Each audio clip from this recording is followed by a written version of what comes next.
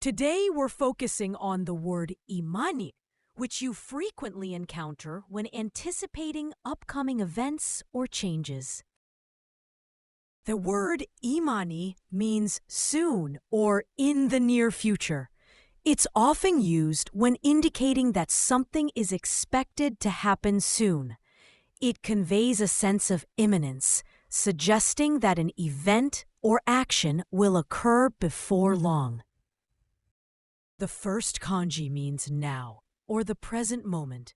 It gives the sense of current time in words like kyo, where it marks the day that is happening now.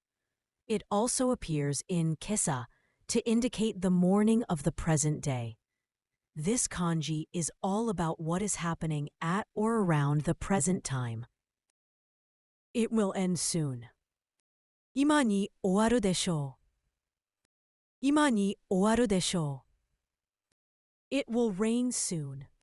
今に雨が降ります。今に雨が降ります。Wait and see. 今に見る。今に見る。I think he will understand soon. 彼は今に渡ると思います。彼は今に渡ると思います。The most common synonym of the word imani is yagate.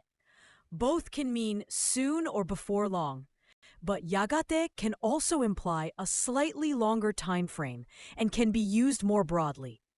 They both express expectation for something to occur in the future, though imani often suggests a quicker onset.